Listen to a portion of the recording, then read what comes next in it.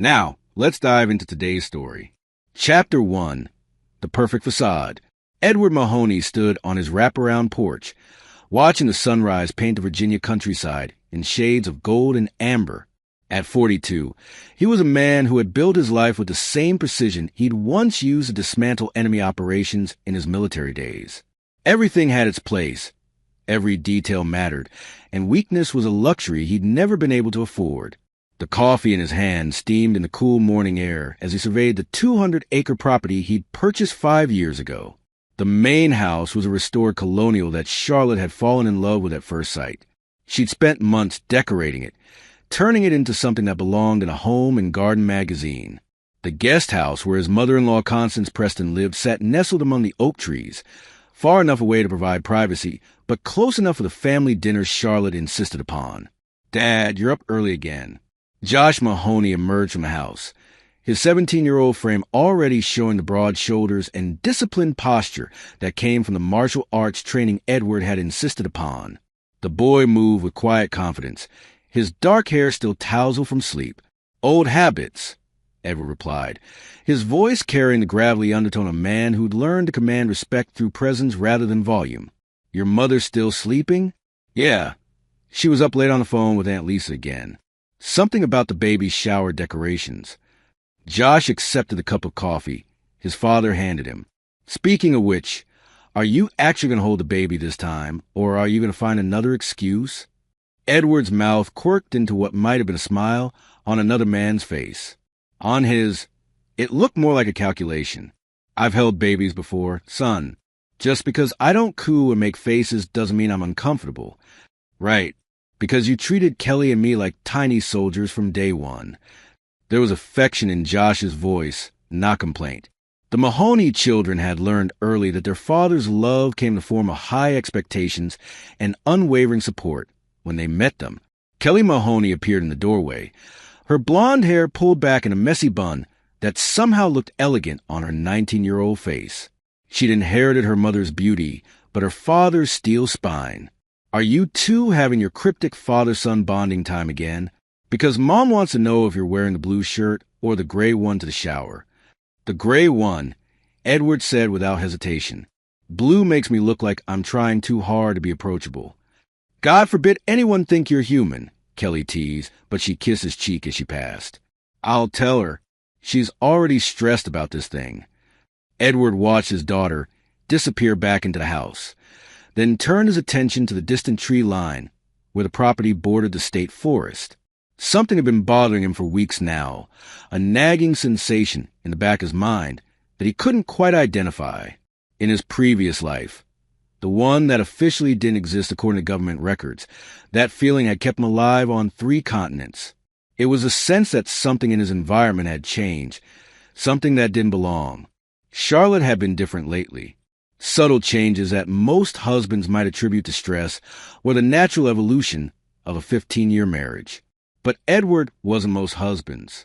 He'd built his fortune in private security consultation precisely because he noticed what others missed.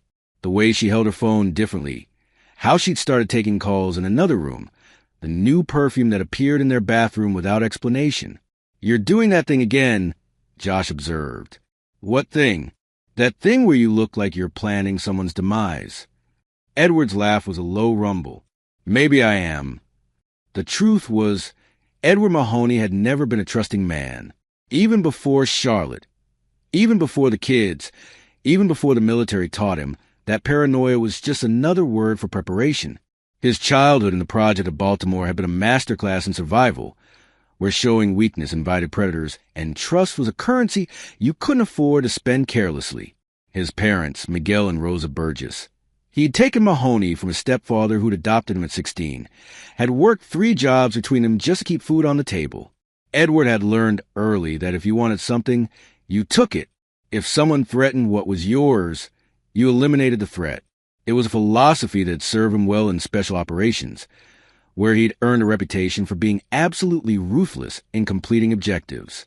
When he'd met Charlotte at a charity gala in D.C. 12 years ago, she'd been everything he wasn't: graceful, trusting, raised in the kind of privileged Virginia family where the worst thing that happened was when the country club ran out of decent champagne. She'd been drawn to his intensity, and he'd been fascinated by her innocence. It had seemed like a perfect balance. Now, watching the morning mist rise in the pastures where their horses grazed, Edward wondered if that balance had been an illusion. "Dad," Josh said quietly, "are you and Mom okay?" The question hung in the air like the morning fog. Edward turned to study his son's face, seeing his own gray eyes reflected back at him. Josh had always been perceptive, more so than Kelly, who preferred to see the world as she wanted it to be rather than as it was. "Why do you ask?" "I don't know. Things feel different. Mom's been weird. You've been quieter than usual, which is saying something. And yesterday I heard you on the phone with Uncle Aaron, and you only call him when you need information on someone." Aaron Bender was Edward's former team leader, now running a private investigation firm in Richmond. If Josh had overheard that conversation, the boy was more observant than Edward had given him credit for. "Sometimes marriages go through rough patches," Edward said carefully. "It doesn't mean anything you need to worry about." But even as he said it, Edward knew that wasn't entirely true, because if his suspicions were correct, if Charlotte was doing what every instinct told him she was doing, then rough patch didn't begin to describe what was coming. The sound of gravel crunching under tires announced Charlotte's return from her morning run. She jogged up the driveway, her blonde hair darkened with sweat, her breathing controlled despite the 5-mile circuit she'd just completed. At 38, she was still stunning, the kind of woman who turned heads in restaurants and made other wives unconsciously stand straighter. "Morning, boys," she called out, climbing the porch steps with the easy grace that had first caught Edward's attention all those years ago. She kissed Josh's forehead, then stood on her toes to kiss Edward's cheek. Her lips lingered a fraction longer than usual, and her perfume, that new perfume, filled his nostrils. "Good run?" Edward asked. "Great. I love these morning routes. So peaceful, you know? Just me and the road and my thoughts." She squeezed his arm. "I'm going to shower and then start getting ready for Lisa's thing. You haven't forgotten, have you?" "Gray shirt," Edward confirmed. "Perfect. I think you'll like the venue." Lisa picked this beautiful estate outside Charlottesville. Very private, very elegant. The kind of place where you can really relax and enjoy yourself. Something in the way she said very private made the feeling in Edward's gut twist tighter. But he simply nodded and watched her disappear into the house, her running shoes silent on the hardwood floors. Josh was studying him again. "Dad, can I ask you something?" "Always." "If someone betrayed you, really betrayed you, would you forgive them?" The question was so unexpected that Edward felt his carefully maintained composure slip for just an instant. In that moment, his son got a glimpse of the man who had earned the nickname the surgeon in certain classified circles, the man who approached problems with surgical precision and absolute finality. "No," Edward said quietly. "I don't believe in forgiveness, Josh. I believe in consequences." As they stood there in the morning silence, neither of them could have known how prophetic those words would prove to be. Chapter 2, Fractures in Paradise. The drive to Charlottesville should have been pleasant. Charlotte sat in the passenger seat of Edward's black Tahoe, her hand resting on his thigh as she chatted about the baby shower preparations. Kelly occupied the middle row, scrolling through her phone and occasionally contributing to the conversation with the casual disinterest of a teenager forced to attend a family function. Josh had opted to stay home, claiming he had college prep work to do, though Edward suspected his son simply had no desire to spend his Saturday surrounded by women cooing over baby clothes. "Lisa's been so stressed about everything being perfect," Charlotte was saying, her manicured fingers tracing patterns on Edward's jeans. "You know how she gets. She wants this to be special for her and Miguel." Edward grunted noncommittally. His sister Lisa Dow had married Miguel Burgess, Edward's biological father, 3 years ago, a union that had surprised everyone given the 20-year age gap. But Miguel had cleaned up his act, built a successful landscaping business, and Lisa seemed genuinely happy. At 35, she thought her chance for children had passed. So this pregnancy was something she'd been planning for with military precision. "The guest list is pretty small," Charlotte continued. "Just family and a few close friends. Very intimate." "Who's she inviting from her side?" Edward asked. though he wasn't sure why the question had popped into his head. Charlotte's hand stilled for just a moment. Oh, the usual. Some of her college friends. A few people from work. Clay Dillon's going to be there. You remember Clay, right? He's the one who helped with the renovation planning when Lisa was fixing up her house. Edward did remember Clay Dillon. Tall, blonde. The kind of man who smiled too much and talked too fast. He'd struck Edward as the type who was used to getting what he wanted through charm rather than effort. The few times they'd met, Clay had tried that charm on Edward and seemed frustrated when it failed to have any effect. Interesting that he'd come to a baby shower, Kelly observed from the back seat. Seems like more of a girl's thing. Oh, Clay's very supportive, Charlotte said quickly. He's been helping Lisa with a lot of the planning. He has excellent taste in these sorts of things. Edward felt that familiar twist in his gut again. Something about his wife's tone when she said Clay's name. Too casual, too carefully neutral. He'd heard that same tone from subjects during interrogations, when they were trying to hide something without outright lying. The estate Lisa had chosen was indeed beautiful. Set on 100 acres of rolling hills, the main house was an antebellum mansion that had been converted into an event venue. Cars were already parked in the circular drive when they arrived, and Edward could see guests mingling on the expansive back lawn under white party tents. Oh, this is gorgeous, Charlotte breathed, squeezing Edward's hand. Lisa really outdid herself. They made their way around the back of the house, where the party was in full swing. Lisa spotted them immediately and hurried over, her pregnant belly prominent under a flowing blue dress. She hugged Charlotte first, then Kelly, and finally threw her arms around Edward with the easy affection of someone who'd earned the right to touch him without permission. Eddie, I'm so glad you came, she said, using the childhood nickname that only she was allowed to use. You look good, very intimidating in that gray shirt. That was the goal, Edward replied, allowing himself a genuine smile. Lisa was one of the few people in the world who could bring out his softer side. She'd been there during the worst years of his childhood, had stood by him when he'd made mistakes, and had never once asked him to be anything other than exactly who he was. Come on, let me introduce you to everyone, Lisa said, linking her arm through his, though I think you know most of the faces. As they moved through the crowd, Edward cataloged the guests with the automatic precision of someone trained to assess threats. Most were indeed familiar. Family friends, colleagues of Lisa's from the design firm where she worked, a few neighbors. But his attention kept drifting to Clay Dillon, who was holding court near the gift table with what appeared to be an amusing story about interior design disasters. Clay was exactly as Edward remembered. 6'2", blonde hair styled with the kind of casual perfection that took significant effort to achieve, wearing a polo shirt and khakis like he'd stepped out of a country club catalog. But what struck Edward most was how Charlotte kept glancing in Clay's direction, quick looks that she thought no one would notice. Eddie, Lisa said quietly, following his gaze, is everything okay? You look like you're planning someone's funeral. Just taking in the scenery, Edward replied. The next hour passed in the usual rhythm of such gatherings.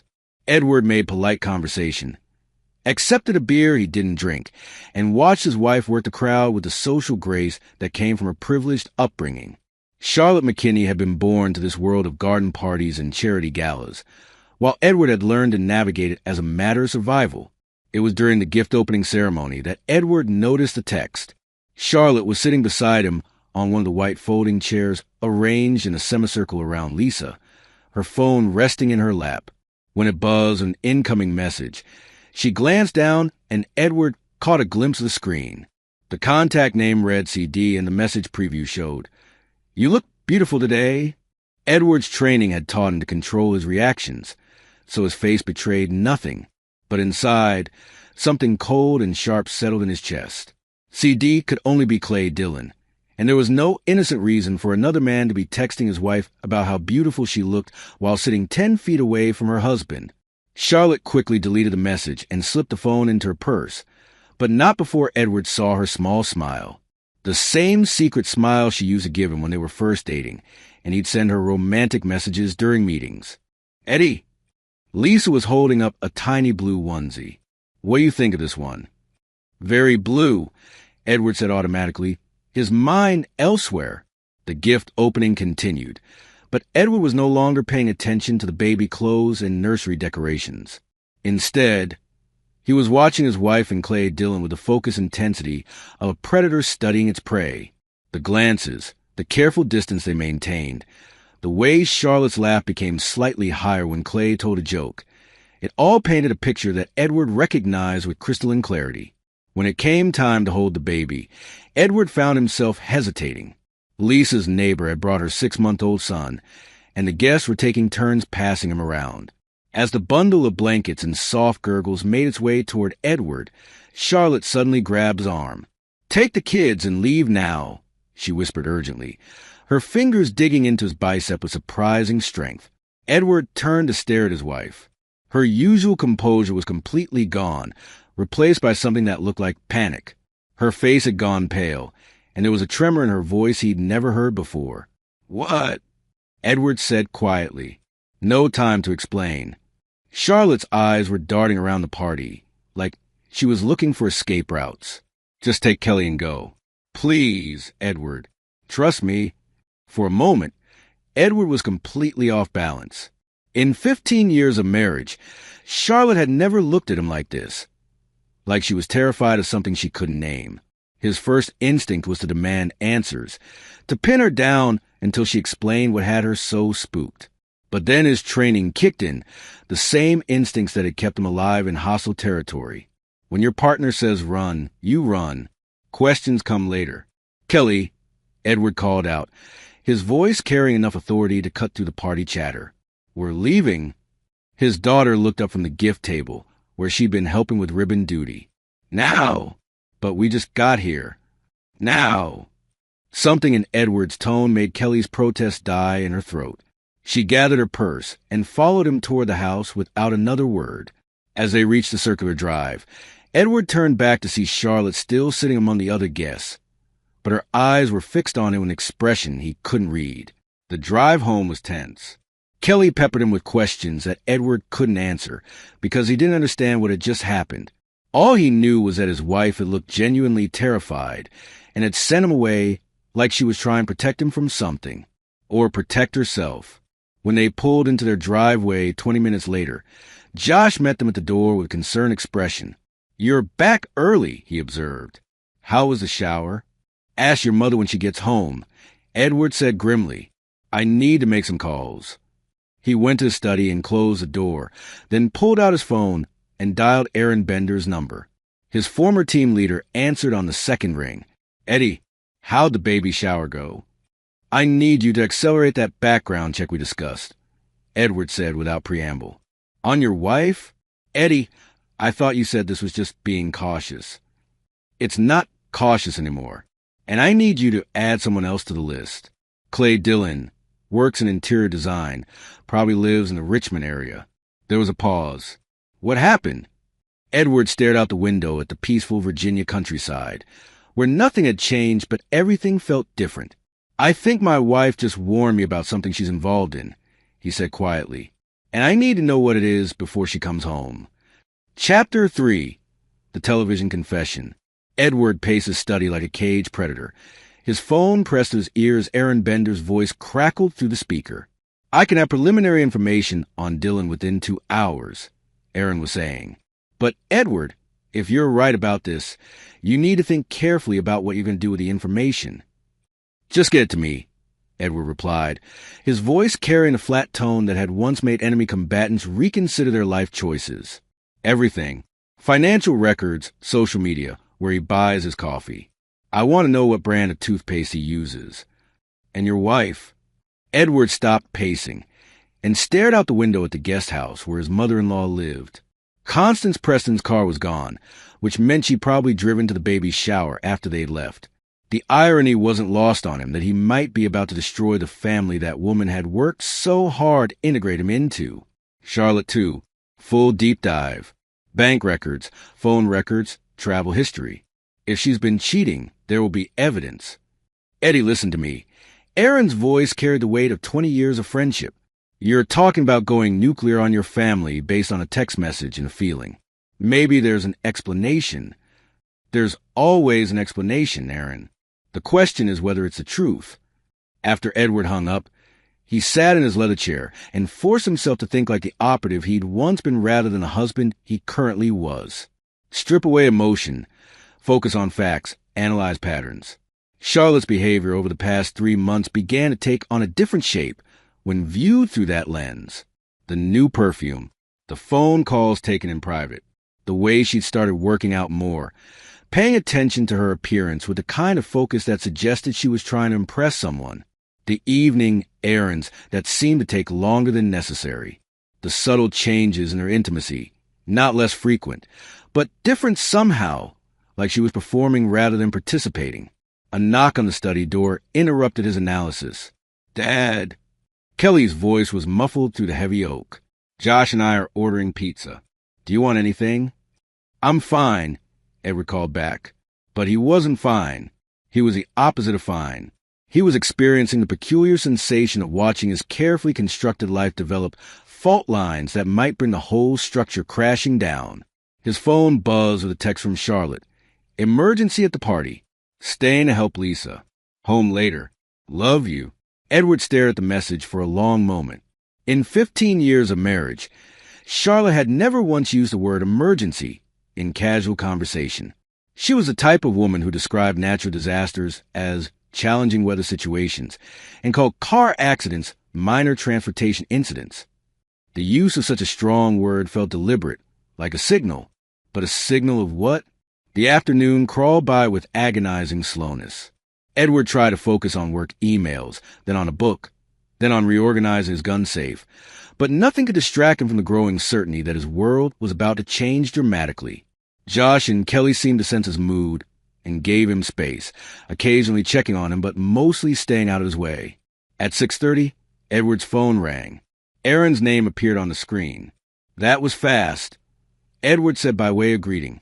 "That's because this was easier than I expected," Aaron replied, and something in his voice made Edward's stomach clench. "Eddie, you need to sit down." "I'm sitting." Clay Dillon isn't an interior designer. He's a photographer. Specifically, he specializes in what he calls artistic intimate portraits for wealthy clients. His studio is in an industrial district in Richmond. And according to his financial records, he's been making house calls to very exclusive clientele. Edward felt the pieces clicking into place with mathematical precision. House calls. 3 times a week for the past 2 months. He'd been paid $500 cash for private sessions at various high-end locations. Hotels, estates, private residences. Always the same duration. 2 hours. Always the same payment method. And Charlotte. Her credit card records show regular charges at a boutique hotel in Richmond on the same days and times as Dillon's appointments. Room service orders for 2, champagne, the works. She's been paying for these trysts like they're business meetings. Edward closed his eyes and felt something cold and final settle in his chest. How long? Based on the pattern? 3 months, maybe 4. Eddie, I'm sorry. I know this isn't what you wanted to hear. But that was where Aaron was wrong. In a strange way, this was exactly what Edward had wanted to hear. Not because he enjoyed being betrayed, but because uncertainty was a kind of torture that certainty could end. Now he knew. Now he could act. "There's more," Aaron continued. "Dillon's got a reputation in certain circles. Wealthy, bored wives looking for excitement, art, and adventure. He's very good at making them feel sophisticated and desired. Some of his previous clients ended up leaving their husbands. Is that his end game? Hard to say. But he's never stayed with any of them long term. It seems like he enjoys the chase more than the catch." Edward thanked Aaron and hung up, then sat in the growing darkness of his study as the full scope of his wife's betrayal crystallized in his mind. This wasn't a moment of weakness or a marriage going through a rough patch. This was a calculated affair with a man who specialized in seducing married women. The sound of gravel in the driveway announced Charlotte's return. Edward checked his watch. 8:15. The baby shower had officially ended at 5. He remained in his study as he heard Charlotte enter the house, call out greetings to the kids, and move around the kitchen preparing what sounded like a late dinner. When she finally knocked on his door at 9 o'clock, Edward had used the time to make several more phone calls and begin formulating a plan. "Edward?" Can I come in? It's open. Charlotte entered carrying a plate of leftover baby shower food and a glass of wine. She'd changed out of her party dress into yoga pants and one of his old military t-shirts, the kind of casual intimacy that had once made him feel like the luckiest man alive. "You missed an interesting afternoon," she said, settling into the chair across from his desk. There was some drama with the catering, and then Lisa started having contractions, but it turned out to be false labor. Clay was actually really helpful. He drove her to hospital while Miguel was having a panic attack. The lie came so easily that Edward almost admired the skill. If he hadn't already known the truth, he might have believed the concern in her voice, the way she casually mentioned Clay as if he were just another helpful guest rather than the man she'd been sleeping with for months. "How considerate of him," Edward said. "You know, I think I misjudged him before. He's actually really sweet when you get to know him. Very artistic, very sensitive." Charlotte took a sip of wine and studied Edward's face. "Are you okay? You seem tense." "Just tired. It's been a long day." Charlotte set down her wine glass and moved around the desk to perch on the arm of his chair. Her hand found the back of his neck, fingers working at the tight muscles there with practiced ease. "Maybe we should go to bed early tonight," she murmured, her lips brushing his ear. "It feels like it's been forever since we had time just for us." Edward allowed her to touch him, even as every instinct screamed at him to pull away. But showing his hand now would be a tactical error. Better to let her think she was still successfully deceiving him while he planned his next move. "That sounds good," he said, turning to kiss her palm. "But first, I want to catch the news. There was supposed to be something interesting on tonight." Charlotte stiffened almost imperceptibly. "The news? Since when do you watch the local news?" "Since Aaron mentioned there might be something worth seeing." Edward reached for the remote and turned on the television mounted on his study wall. "Channel 12, I think," he said. As the local news program began, Edward watched his wife's reflection in the dark window behind the television. Charlotte's face had gone pale again, the same expression of barely controlled panic she'd worn at the baby's shower. The lead story was about a house fire in Richmond. The second story covered a city council meeting. The third story made Charlotte's wine glass slip from her nerveless fingers. Tonight, Channel 12 News has obtained exclusive footage that appears to show several prominent Richmond area residents engaged in what can only be described as compromising situations, the anchor was saying. The footage was allegedly taken by photographer Clay Dillon at various locations throughout the metropolitan area over the past several months. Edward felt Charlotte go rigid beside him. On the screen, a grainy but clearly recognizable video showed Clay Dillon's photography studio, with several women entering and leaving. The news report was careful not to show faces, but Edward didn't need to see faces to recognize his wife's car in the parking lot, or her distinctive blonde hair as she hurried toward the building. The footage was anonymously delivered to the station earlier today. The anchor continued, along with documentation suggesting that Mr. Dillon has been blackmailing several of his subjects. Police have issued a warrant for his arrest, and several other individuals are expected to be charged in connection with this ongoing investigation. Charlotte stood up so quickly that she knocked over her chair. "Edward, I can explain." But Edward was no longer listening to his wife. He was watching the screen, where a breaking news banner had appeared. In carefully neutral language, the reporter was describing how an anonymous tipster had provided law enforcement with evidence of an extensive blackmail operation targeting wealthy married women in the Richmond area.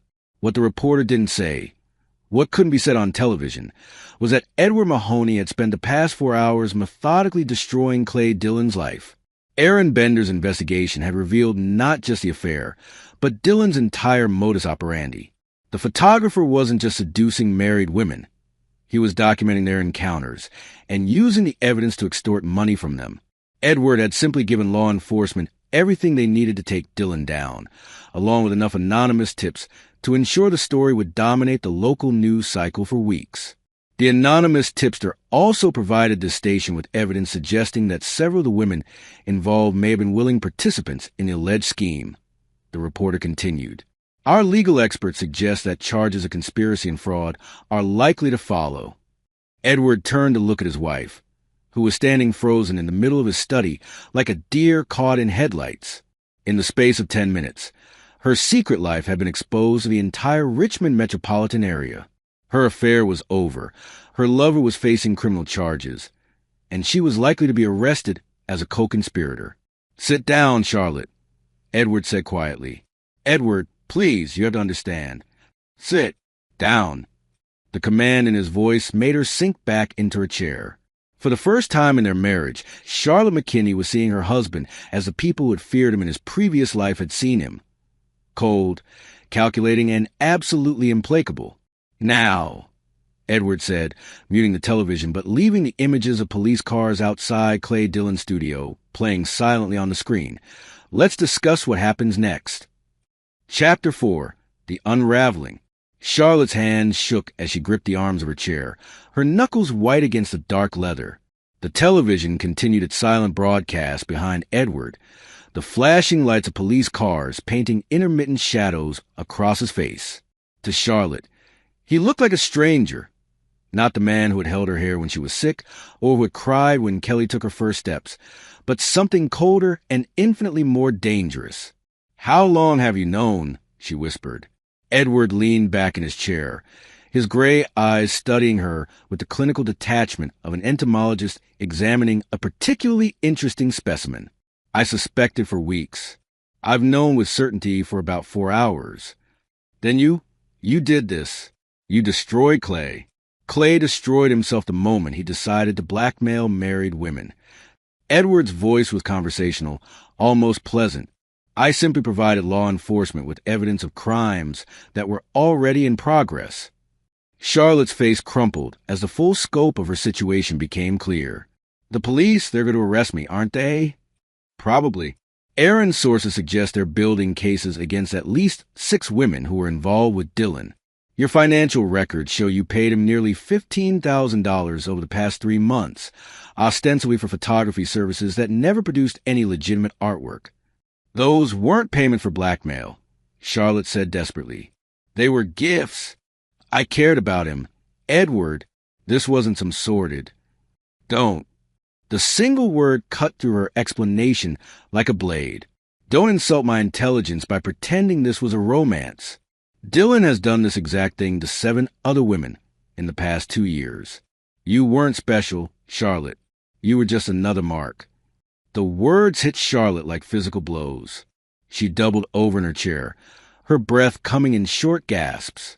"I never meant for it to happen. It started innocently, just coffee after he helped Lisa with her house. He made me feel young again, interesting, like I was more than just someone's wife and mother.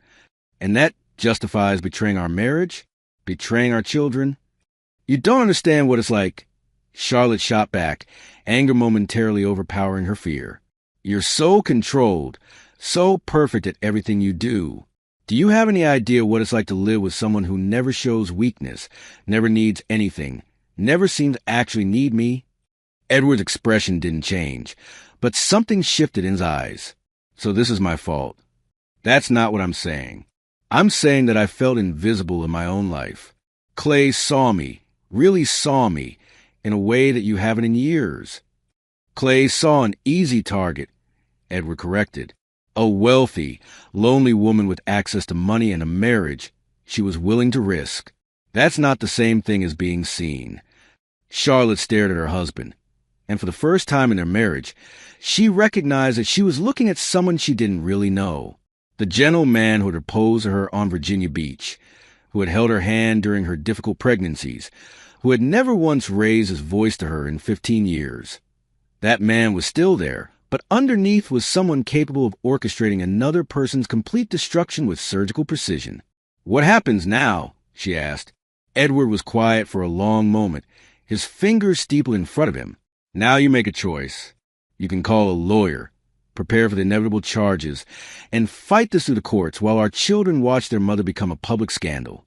Or you disappear." The words hung in the air between them like a death sentence. Charlotte's eyes widened as she processed what he was suggesting. "You want me to run?" "I want you gone," Edward said simply. "Tonight, before the police connect all the dots, and show up here with an arrest warrant before Josh and Kelly have to watch their mother being handcuffed on the evening news. Edward, you can't be serious. This is my home, my life. These are my children. Your children are going to be devastated enough when they learn what their mother has been doing. They don't need to watch you be arrested for conspiracy and fraud. Charlotte stood up abruptly, pacing to the window and staring out at the property she'd spent years making into a home. Where would I even go? I don't have anywhere. That's not my problem anymore. The finality in his voice made her turn around. After 15 years, that's it? You just want me gone? What did you expect, Charlotte? Did you think I'd forgive you? Take you back? Pretend this never happened? Edward's voice remained calm, but there was something underneath it now. Something that made Charlotte take an involuntary step backward. I don't forgive betrayal. Ever. The children need their mother. The children need stability. They need to be able to trust the people in their lives. You destroyed that the moment you started sleeping with Clay Dillon. Charlotte's composure finally cracked completely. She sank to her knees in the middle of the study, tears streaming down her face as the weight of what she'd lost crashed over her. Please, Edward. I'll do anything. I'll go to counseling. I'll never see Clay again. I'll spend the rest of my life making this up to you. Stand up. The command was quiet but unmistakable. Charlotte struggled to her feet, wiping her eyes with the back of her hand. I'm going to give you 1 hour, Edward said. Take whatever you can carry and leave. Your credit cards will be canceled by morning, so take whatever cash you have. Your car is in your name, so you can drive it, but I'd suggest getting rid of it quickly since it will be easy to trace. 1 hour? Charlotte's voice was barely a whisper. 58 minutes now. And Charlotte, when you leave, you don't come back. You don't contact the children. You don't try to explain or justify or win them back. As far as they're concerned, their mother made a choice that destroyed this family, and that choice has consequences. They'll hate you for keeping me away from them. Edward's smile was the coldest thing Charlotte had ever seen. They'll hate you for leaving. There's a difference. Upstairs, Charlotte moved through their bedroom like a sleepwalker, mechanically packing clothes into a suitcase while Edward watched from the doorway. She paused at the dresser where family photos were arranged in silver frames. Their wedding day, the kids' graduations, family vacations of places that now seemed like they belonged to someone else's life. Can I? She started to reach for a photo of Josh and Kelly. No. Charlotte's hand dropped to her side. She finished packing in silence, then stood in the middle of the bedroom that had been hers for 8 years. What will you tell them? The truth, that their mother had an affair and chose to leave rather than face the consequences. That's not the truth, isn't it? Edward stepped aside as she wheeled her suitcase toward the door. You made a choice 3 months ago to betray this family. You're making another choice now to abandon it rather than fight for it. What part of that isn't true? They walked downstairs together in silence. In the foyer, Charlotte paused with her hand on the doorknob. The children I love. Don't. Edward's voice cut her off again. Don't tell me what you love. If you had loved them, you wouldn't have risked losing them for Clay Dillon. Charlotte opened the door and stepped into the cool Virginia night. The crickets were singing in the trees, and somewhere in the distance, a dog was barking. Normal sounds of a normal evening in a normal life that was ending. Edward, she said without turning around. I really am sorry. I know you are, Edward replied. But sorry doesn't fix what's broken. Charlotte walked to her car without looking back. Edward stood in the doorway and watched her drive away, her taillights disappearing around the curve in their long driveway. When the sound of her engine faded, he closed the door and locked it. In the kitchen, he found Josh and Kelly sitting at the breakfast bar with half-eaten plates of pizza, their faces carefully neutral in the way children learn when they've overheard adult conversations they're not supposed to hear. Where's Mom going? Kelly asked quietly. Edward looked at his children. He realized, not theirs anymore, and felt something settle in his chest that might have been relief or might have been grief. Sit down, he said. We need to talk. Chapter 5, Damage Assessment. The next morning brought reporters. Edward discovered them when he stepped onto his porch at 6 a.m., for his usual coffee ritual.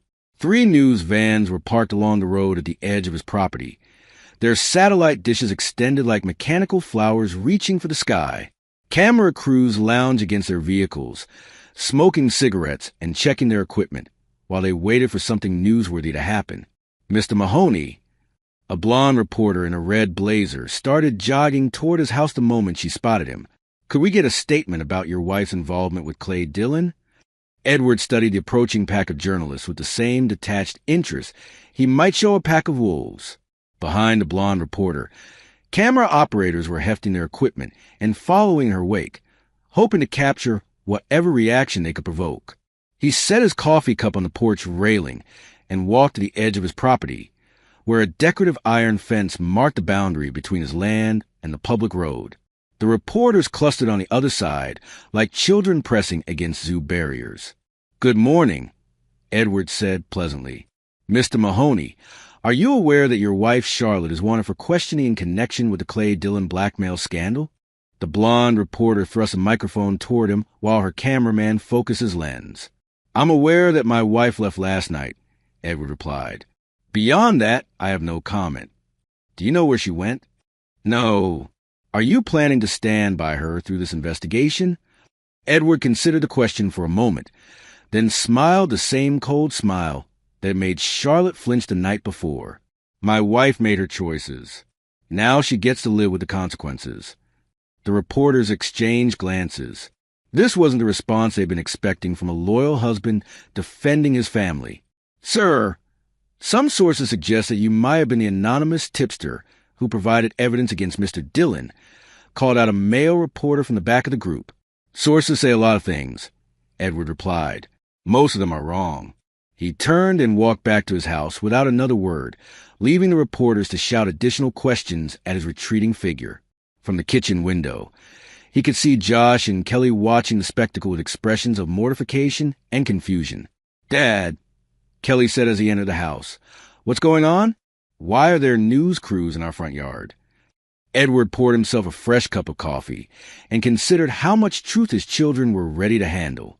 At 19 and 17, they were old enough to understand the basic facts, but young enough that the details might damage them in ways that wouldn't heal easily.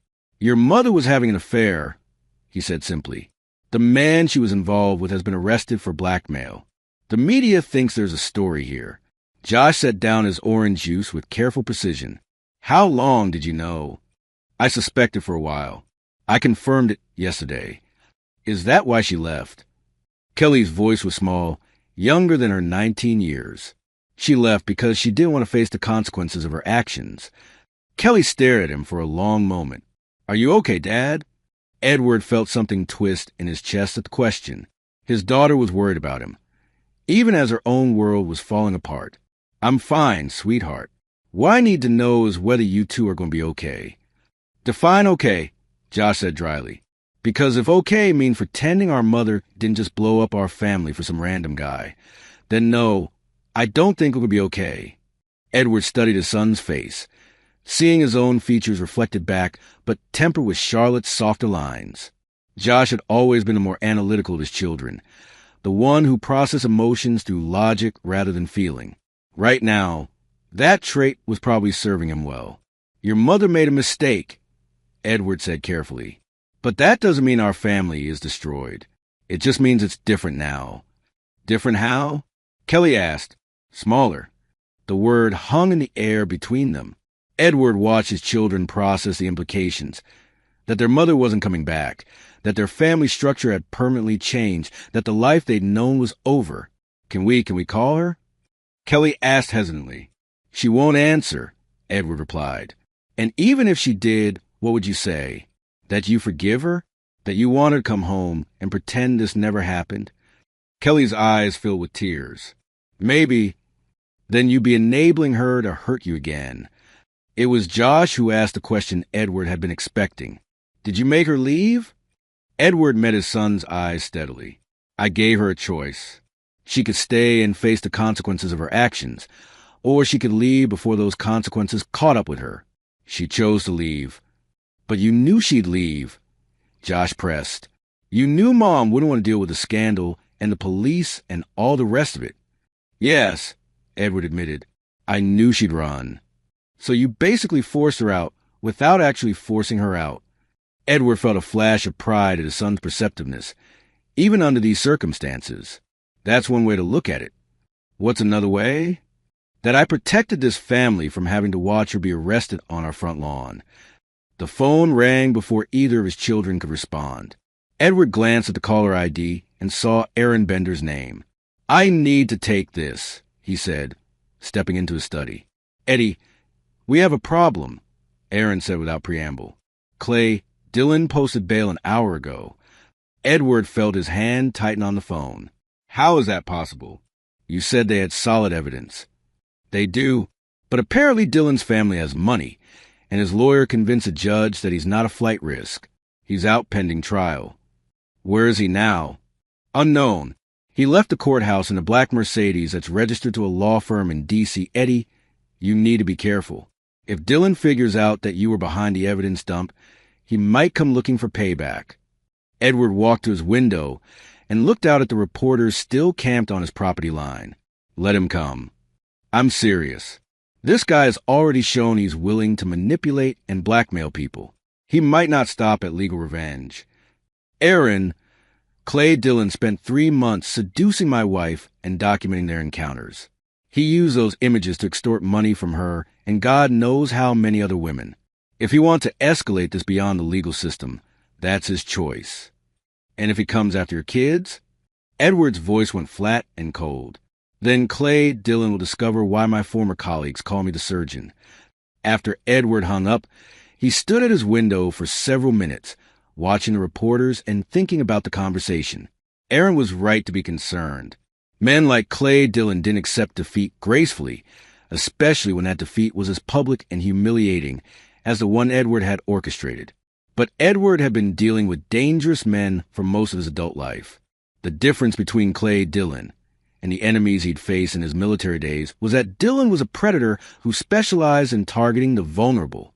Edward was the opposite, a predator who specialized in targeting other predators. If Dillon wanted a war, Edward would give him one, but it would be a war fought on Edward's terms, according to Edward's rules, with Edward's choice of weapons. And Edward Mahoney had never lost a war. His phone buzzed with a text from an unknown number. Your wife says hello. Edward stared at the message for a moment, then showed it to Aaron when his former team leader called back 5 minutes later. Well, Aaron said after Edward read him the text, I guess we know Dillon figured out who was behind his arrest. Good, Edward replied. That saves me the trouble of introducing myself. Eddie, listen to me. You're not active duty anymore. You can't just disappear this guy. I'm not going to disappear him, Aaron. I'm going to destroy him so completely that he'll wish I had. Edward hung up and returned to the kitchen, where his children were still sitting in stunned silence. The morning sun was streaming through the windows, painting everything in shades of gold and amber that reminded him of better times. Dad, Kelly said quietly, are we going to be okay? Edward looked at his daughter, really looked at her, and saw a strength there that reminded him why he'd fallen in love with Charlotte in the first place. But unlike her mother, Kelly had inherited Edward's steel spine along with Charlotte's beauty. We're going to be better than okay, he told her. We're going to be stronger.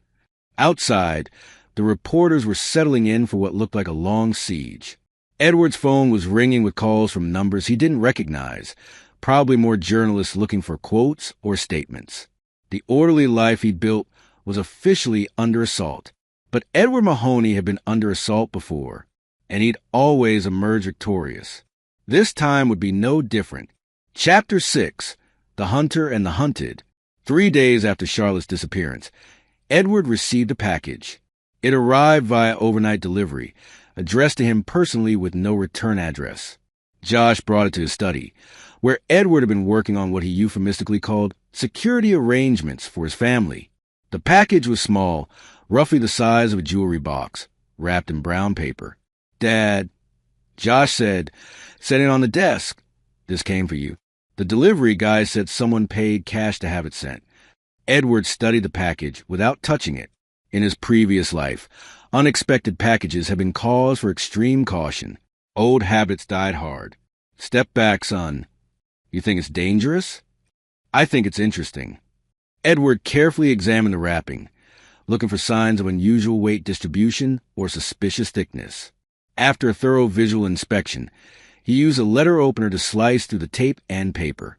Inside was a jewelry box, as he'd suspected.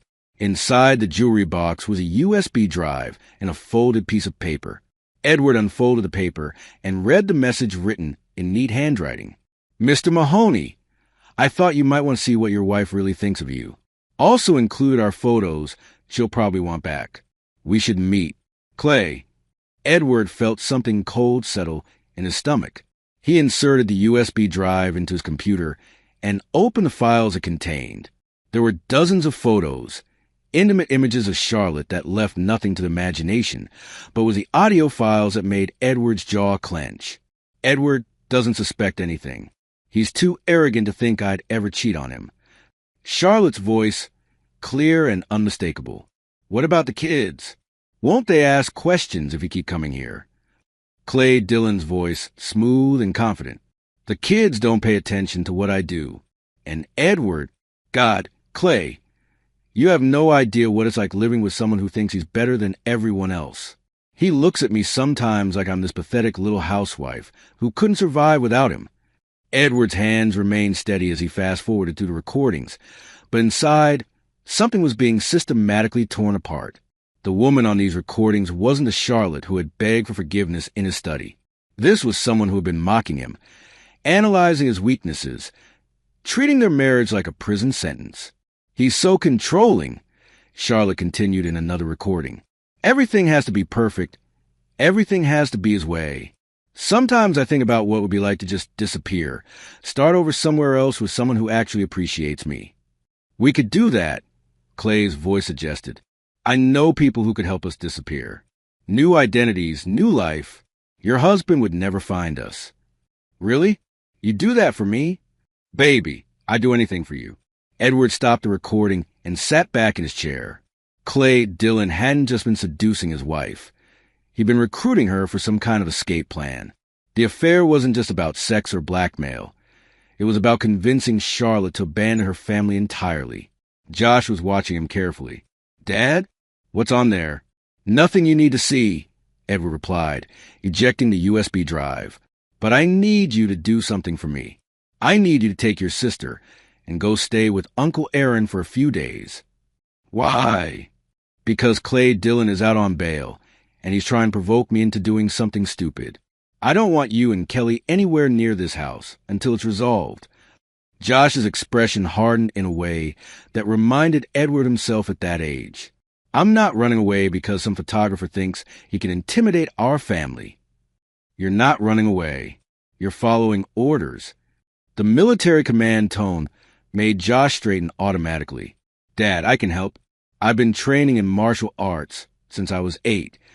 And Clay Dillon is a grown man who has already demonstrated that he's willing to destroy people's lives for his own amusement. This isn't a sparring match, son. This is something else entirely. Edward's phone rang. The caller ID showed an unknown number, but Edward suspected he knew who it was. Hello, Clay, he answered. Edward Mahoney. I was wondering when you'd call me back. Clay's voice was just as smooth in person as it had been on the recordings, with a kind of confident charm that probably worked very well on lonely housewives. But Edward heard something underneath it, a tremor of nervousness that suggested Clay wasn't quite as composed as he wanted to appear. I got your package, Edward said, very thoughtful. I thought you might appreciate seeing your wife's true feelings about your marriage. She had some fascinating insights about what it's like to live with someone so controlling. Where is she? Somewhere safe. Somewhere you'll never find her unless I want you to. Edward felt a predatory smile cross his face. You think you've taken something that belongs to me. Haven't I? Clay, let me explain something to you. Charlotte stopped belonging to me the moment she decided to spread her legs for a small-time photographer who preys on vulnerable women. I don't want her back. There was a pause. Then why did you destroy my life? Because you threatened my family's security. You documented your encounters with my wife, which means you had evidence that could be used to embarrass my children. That's unacceptable. Your children, Clay said, and Edward didn't like the way he said it. They're very attractive kids. Kelly especially. She looks just like her mother. Edward's grip on the phone tightened, but his voice remained calm. What do you want, Clay? I want you to understand that this isn't over. You cost me my business, my reputation, my freedom. I'm going to return the favor. By threatening my children? By taking everything you care about, the same way you took everything I cared about. Edward looked at Josh, who was listening to every word. His son's face had gone pale, but there was anger there too, the cold, controlled anger that Edward recognized as his own legacy. Clay, Edward said quietly, you've made a mistake. What mistake? You've confused me with someone who negotiates with terrorists. Edward hung up and immediately dialed Aaron Bender's number. Aaron, I need you to pick up Josh and Kelly within the hour. Clay Dillon just threatened my children. Jesus, Eddie, I'll be there in 20 minutes. What are you going to do? I'm going to remind Mr. Dillon why threatening a Mahoney is generally considered a career-limiting move. After Aaron arrived and collected a reluctant Josh and Kelly, Edward had the house to himself for the first time since Charlotte's departure. He used the solitude to make preparations that would have been difficult to explain to his children. First, he activated the security system he had installed but never mentioned to his family. Military-grade sensors and cameras that would alert him to any approach to the house. Then he retrieved several items from a gun safe that went well beyond the hunting rifles and handguns that most people expected suburban fathers to own. Finally, he made a series of phone calls to people who owed him favors from his previous life. By evening, he had a complete picture of Clay Dillon's whereabouts, assets, and vulnerabilities. Clay was staying at a luxury hotel in Richmond under a false name, apparently funded by credit cards that belonged to some of his former blackmail victims. He'd been making inquiries about Edward's background, trying to find pressure points he could exploit. Most importantly, he'd been asking about Charlotte's location, suggesting that he didn't actually have her. He'd simply been bluffing to provoke Edward into a reaction. Edward smiled as he loaded magazines and checked equipment. Clay Dillon thought he was playing chess with an amateur. He was about to discover that he brought checkers to a knife fight. At midnight, Edward's motion sensors detected movement in the woods behind his house. He watched the security monitors as three figures approached through the trees, moving with a kind of awkward stealth that suggested they'd learned their tactics from movies rather than experience. Clay had brought backup. How considerate. Edward turned off all the lights in the house and settled into a shooting position that covered the back lawn. Through his night vision scope, he could see the three men clearly. Clay Dillon in the center, flanked by two larger men, who were probably hired muscle rather than true professionals. They reached the back door and spent several minutes trying to pick the lock. Edward could have told them they were wasting their time. The door was secured with military-grade hardware that would require explosives to breach, but he was curious to see how far they were willing to go. When the lock-picking failed, one of Clay's companions produced a crowbar and began trying to force the door. Edward decided he'd seen enough. He dialed 911 from his cell phone. 911, what's your emergency? This is Edward Mahoney at 1247, Oak Ridge Road. I have 3 armed intruders attempting to break into my house. I am armed and prepared to defend my property. Sir, please stay on the line. Deputies are en route. I'll do my best, Edward said. But if they breach my house, I'm going to consider that a threat to my life. He hung up and switched to the external speakers he'd had installed as part of the security system. Clay, his voice boomed across the back lawn. You have 30 seconds to leave my property before I start shooting. The 3 figures froze. Edward could see Clay looking around frantically, trying to locate the source of the voice. You want to play games, Edward continued. Let's play. You're trespassing on my property with what appears to be criminal intent. Under Virginia law, I have the right to use deadly force to protect my home and family. Your family isn't even here. Clay shouted back. No, they're not, which means there are no innocent bystanders to worry about. Edward could hear sirens in the distance. Clay apparently heard them too, because he grabbed his companions and started running toward the woods. Edward tracked them through a scope, but didn't fire. He didn't need to. The police would find them before they reached their vehicle. As the sirens grew louder, Edward allowed himself a moment of satisfaction. Clay Dillon had just escalated this conflict to a level where Edward held every advantage. The photographer was about to learn the difference between manipulating vulnerable women and threatening a man who had built his life around neutralizing threats. The war Clay had wanted was about to begin, but it would be a very short war, and there would be only one survivor. Chapter 7. Precision Strikes. The arrest of Clay Dillon and his 2 associates made the morning news, complete with footage of them being led away in handcuffs from the woods behind Edward's property. The reporter described it as a bizarre escalation in the ongoing scandal, noting that Dillon was now facing charges of breaking and entering, criminal trespass, and violation of his bail conditions. Edward watched the coverage from Aaron Bender's house, where Josh and Kelly were still staying for their own safety. His children sat on either side of him on the couch, their faces reflecting a mixture of shock and admiration at how efficiently their father had dealt with threat. "So he's going back to jail?" Kelly asked. "He's going back to jail," Edward confirmed. "And this time he won't be getting bail." "What happens now?" Josh wanted to know. Edward considered the question. Clay Dillon was neutralized, at least temporarily, but that didn't resolve the larger problems facing his family.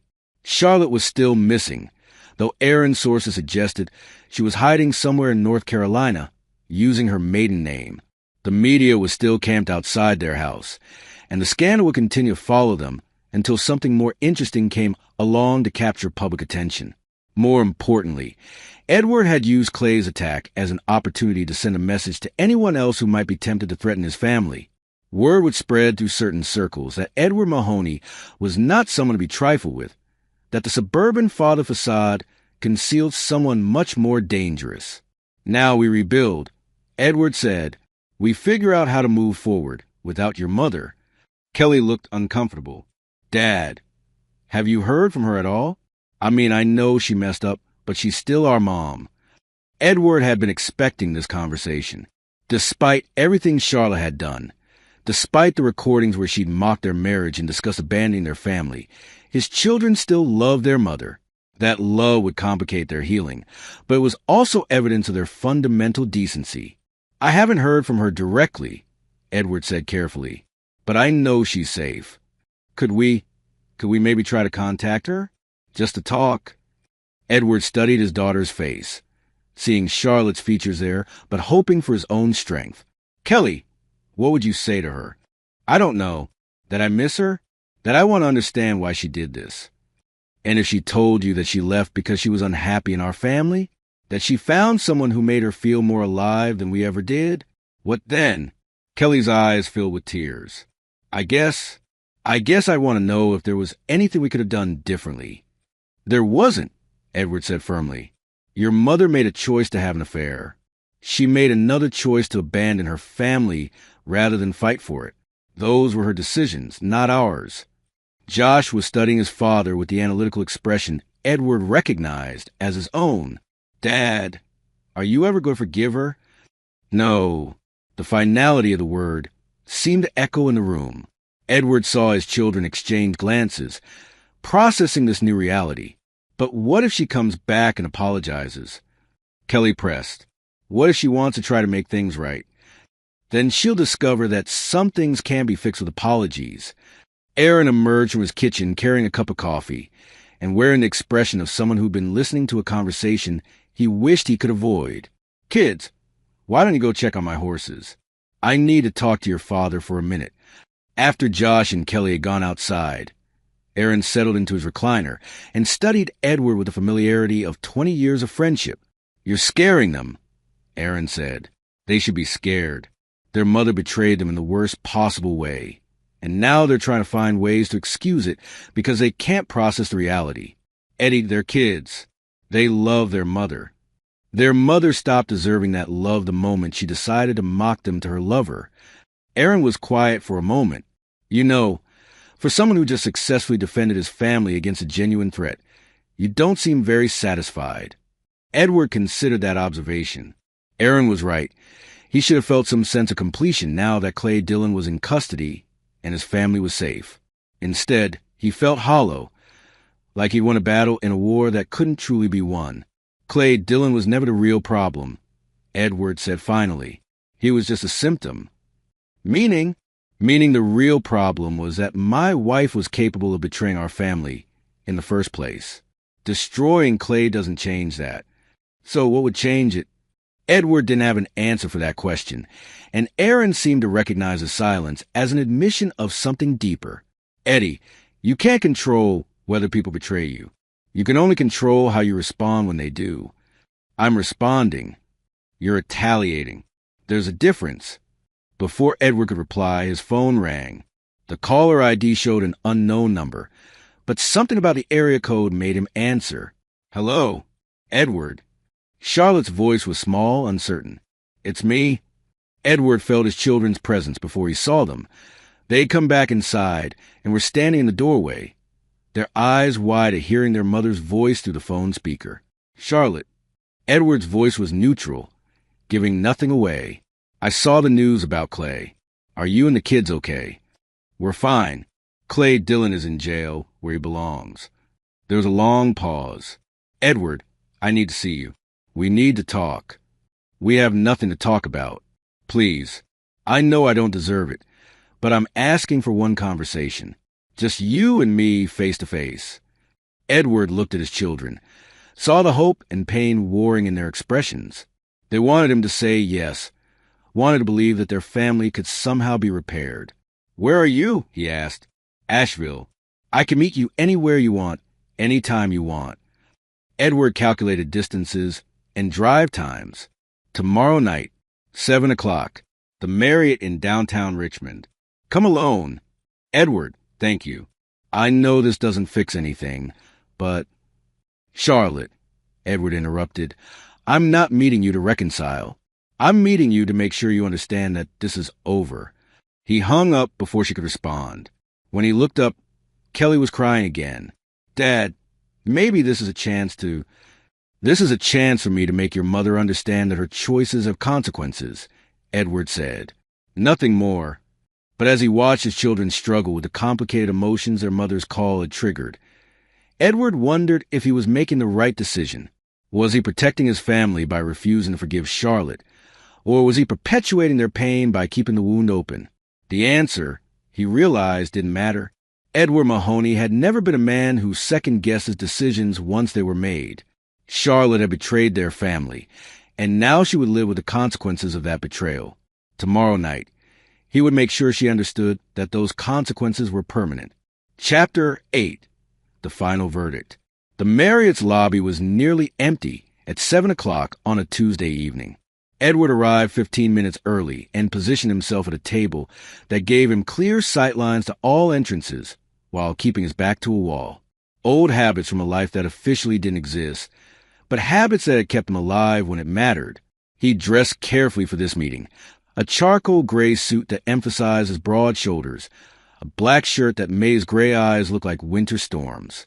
He wanted Charlotte to see the man she'd lost, not the suburban father she'd taken for granted. Charlotte appeared at exactly 7 o'clock, and Edward felt a flicker of something that might have been pride at her punctuality. She'd always been precise about time, one of the many small traits that had initially attracted him to her.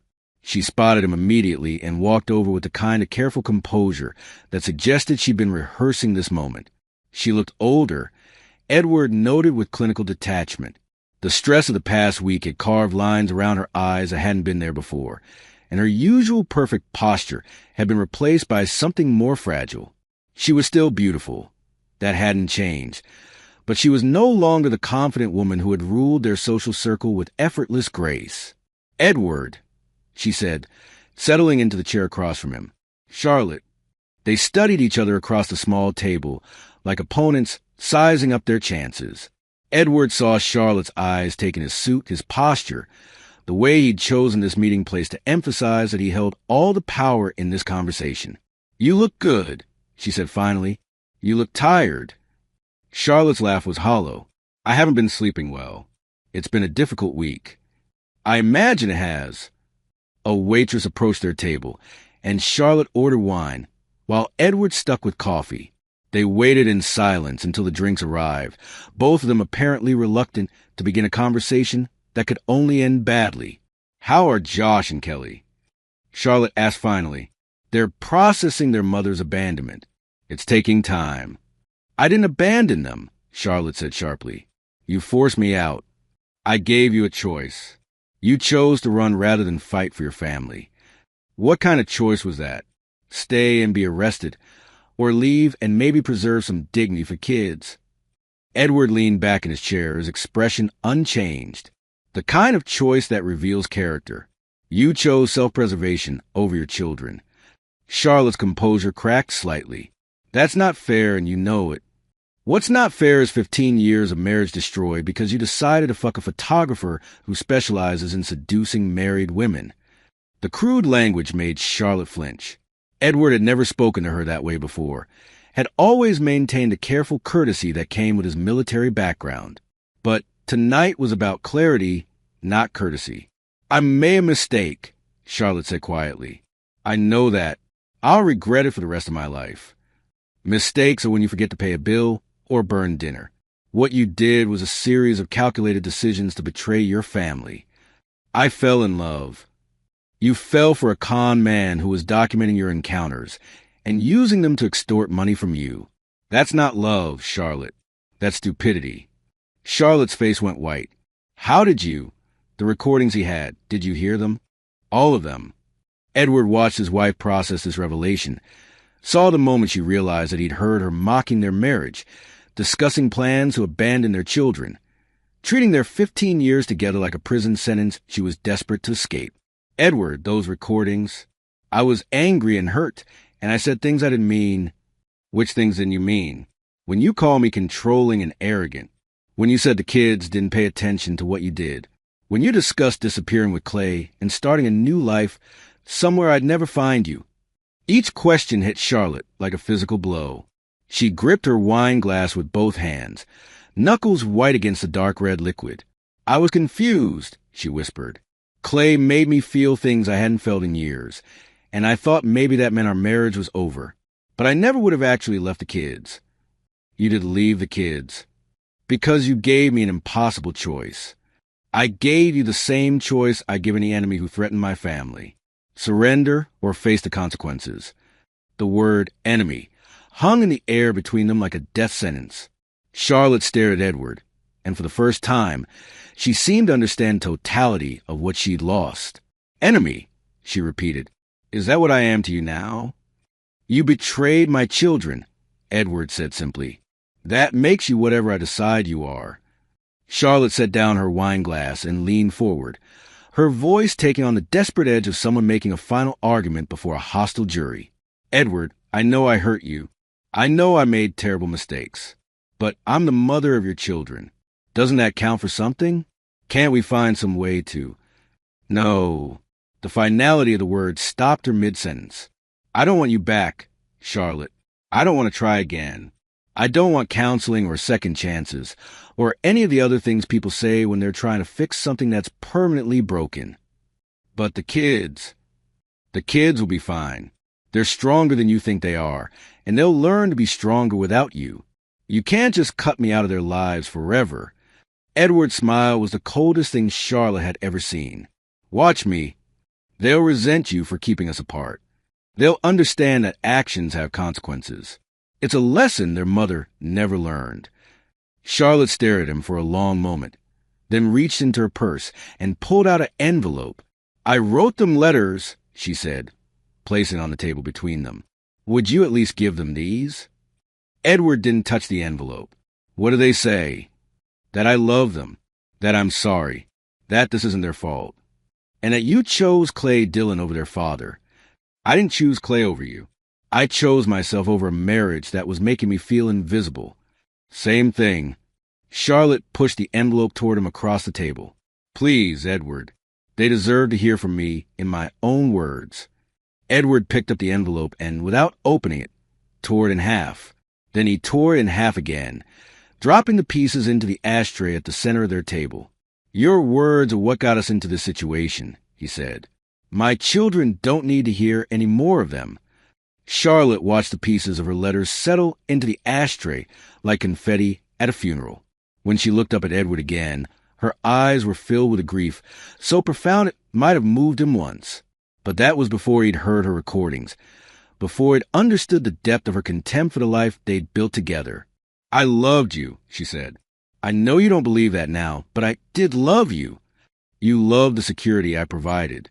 You loved the lifestyle, the house, the social status. You never loved me. That's not true. Prove it." Charlotte stared at him, her mouth opening and closing like she was trying to find words that didn't exist. "You can't," Edward continued, "because if you had loved me, you never could have done what you did. Love doesn't mock the person it claims to cherish. Love doesn't plan elaborate betrayals. Love doesn't abandon children because facing consequences is inconvenient." Edward stood up and placed a $20 bill on the table to cover their drinks. "This is goodbye, Charlotte. Don't contact me again. Don't try to reach the children. Move on with your life and let us move on with ours." "Edward, wait." But Edward was already walking away, leaving Charlotte alone at the table with her wine and her regrets. He didn't look back, didn't pause, didn't give her any reason to hope that this conversation had changed anything. Outside in the parking lot, Edward sat in his car for several minutes, allowing himself to process what had just happened. He'd seen Charlotte McKinney for what might be the last time, had formally ended their marriage with a kind of finality that left no room for doubt or hope. He should have felt something: anger, sadness, relief, regret. Instead, he felt empty, like he'd just completed a necessary but unpleasant task. His phone buzzed with a text from Josh. "How did it go?" Edward stared at the message for a moment, then typed back, "It's over," as he drove home through the Virginia countryside. Edward thought about his children and the life they would build together without Charlotte. It would be different from what they'd planned, smaller and perhaps lonelier, but it would be honest in a way their previous life had never been. Tomorrow, he would begin the process of rebuilding their family around the people who had chosen to stay. Tonight, he was finally free to close the door on the woman who had chosen to leave. Charlotte McKinney Mahoney was history. Now it was time to focus on the future. Chapter 9, New Foundations. 6 months later, Edward stood on his porch watching the sunrise paint the Virginia countryside in familiar shades of gold and amber. The reporters were long gone. The scandal had faded from public memory, and life had settled into a new rhythm that felt both foreign and surprisingly comfortable. Josh had graduated high school as valedictorian and was heading to VMI in the fall, following in his father's military footsteps. Kelly had transferred to a university close at home, officially citing academic considerations, but really because she wasn't ready to leave her father alone yet. Neither of his children had mentioned their mother in weeks. The house felt different now. Quieter, more masculine, stripped of the decorative touches that had been Charlotte's domain. Edward had remodeled the master bedroom, turning it into something that belonged entirely to him. The guest room had become a proper armory, while Charlotte's former office was now a computer center where Edward managed his expanding security consulting business. Aaron Bender emerged from the house carrying 2 cups of coffee, a morning ritual they'd established since Aaron had effectively become Edward's business partner.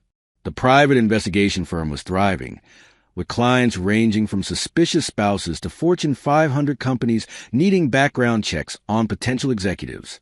"Anything interesting overnight?" Aaron asked, settling into the chair beside Edward's. Clay Dillon was sentenced yesterday. 7 years for the blackmail charges, plus additional time for violating his bail conditions. He'll be eligible for parole in 4 years if he behaves himself. Think he learned his lesson? Edward's smile was thin and cold. Clay Dillon learned that there are consequences for threatening my family. Whether he learned anything else is irrelevant. They sat in comfortable silence, watching the horses graze in the distant pasture. Edward had sold most of Charlotte's horses, keeping only the ones that Josh and Kelly had personal attachments to. The stables were quieter now, but also more peaceful. "Eddie," Aaron said eventually, "I got a call yesterday from someone you might find interesting." "Oh, Vernon Hoover. Remember him?" Edward did remember Vernon Hoover, a fellow operative who had specialized in psychological warfare and had earned a reputation for being absolutely ruthless in pursuit of objectives. If Vernon was calling, it meant someone wanted Edward's services for something that went beyond standard security consulting. What does Vernon want? He's working for a consortium of wealthy families who have a problem with predators targeting their wives and daughters. They've heard about what happened with Clay Dillon, and they want to retain your services as a consultant. Edward considered this development. The idea of hunting predators who targeted vulnerable women held considerable appeal, especially given his recent experiences. It would be a way to channel his skills towards something constructive while building the kind of reputation that would ensure his family's security for years to come. What kind of consulting? The kind where problems disappear permanently. Legal problems? Eventually, Edward felt something stir in his chest that he recognized as anticipation. For months, he'd been focused on rebuilding his family life, but the truth was that he missed the hunt. He missed the satisfaction of neutralizing threats and protecting the innocent. "I'll think about it," Edward said. "Think fast. Vernon wants an answer by the end of the week." After Aaron left for his office in Richmond, Edward found himself alone with his thoughts and his coffee. Josh was still sleeping, and Kelly wouldn't be up for another hour. The solitude gave him time to reflect on how dramatically his life had changed. A year ago, he'd been a suburban father with a seemingly perfect marriage and a quiet consulting business. Now, he was a single father with a damaged family and a reputation for being someone you didn't cross. The transformation had been painful but necessary, like setting a badly healed bone so it could heal properly. His phone buzzed with a text from an unknown number. Edward's first instinct was wariness. Unknown numbers have been a prelude to threats in the past. But this message was different. "Mr. Mahoney, this is Detective Sarah Patterson with the Richmond PD. We had a development in the Charlotte Mahoney missing person case. Could you call me when convenient?" Edward stared at the message for a long moment. Charlotte had been officially classified as a missing person after she'd stopped using her credit cards, and her cell phone had gone silent 3 weeks after their meeting at the Marriott. Edward had told the police that his wife had left voluntarily after their marriage ended, but they'd opened an investigation anyway. He dialed Detective Patterson's number. "Detective Patterson, this is Edward Mahoney. You sent me a text about my wife's case." "Mr. Mahoney, thank you for calling. We found your wife's car this morning in a long-term parking garage at Reagan National Airport. It appears to have been there for several months." Edward felt something cold settle in his stomach. "Any sign of Charlotte?" "No, sir, but we did find some items in the car that suggest she may have been planning to leave the country. We also found evidence that she wasn't alone when she abandoned the vehicle." "What kind of evidence?" "Security footage shows her walking away from the car with a man who matches the description of Clay Dillon. This was 3 days before Mr. Dillon's arrest at your property." Edward processed this information carefully. If Charlotte had been with Clay when he'd abandoned her car at the airport, it meant they'd been planning to disappear together.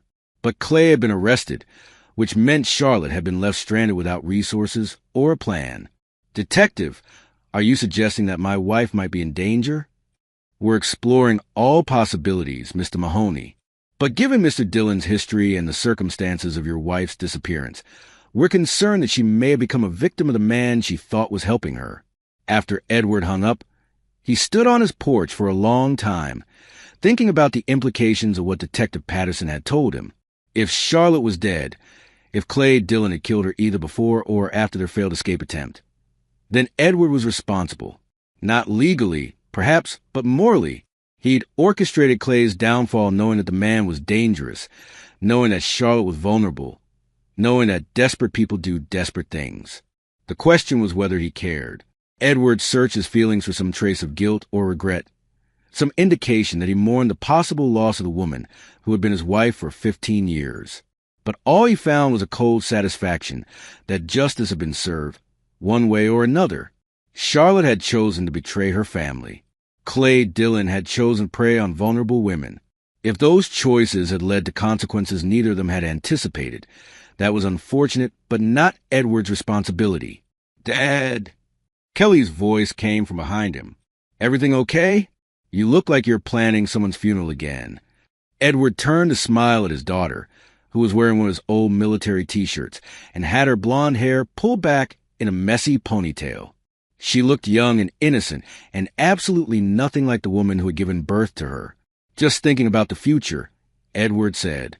There might be some changes coming. Good changes or bad changes. That depends on your perspective. Kelly studied his face with the intuitive understanding that came from being his daughter. You're going to take Vernon's job, aren't you? Edward wasn't surprised that she'd overheard his conversation with Aaron. Kelly had always been observant, and the house wasn't that large. I'm considering it. Will it be dangerous? Everything worthwhile is dangerous. Kelly nodded like this made perfect sense to her, which Edward supposed it did. She was his daughter. After all, Rays understand that strength and principle sometimes require difficult choices. Just promise me something, Kelly said. What's that? Promise me that whoever you're hunting deserves it. Edward looked at his daughter, really looked at her, and saw a strength there that had been forged in the fires of betrayal and abandonment. She was 19 years old, but her eyes held the kind of wisdom that came from surviving the destruction of everything she thought was permanent. They'll deserve it, Edward promised. As the sun climbed higher in the Virginia sky, Edward Mahoney stood on his porch and contemplated the future. His wife was probably dead, killed by the same man she planned to disappear with. His family was smaller but stronger, tempered by betrayal into something unbreakable. His reputation was growing in circles that specialized in solving problems that couldn't be solved through conventional means. It wasn't a life he'd planned, but it was a life he'd earned through his choices and the choices of those around him. And unlike the life he'd lost, this one was built on a foundation of truth rather than comfortable lies. Edward Mahoney had been betrayed, abandoned, and tested. He had emerged from that crucible as something harder and more dangerous than the suburban father he'd once been. Now it was time to put those skills to work. The hunt was about to begin.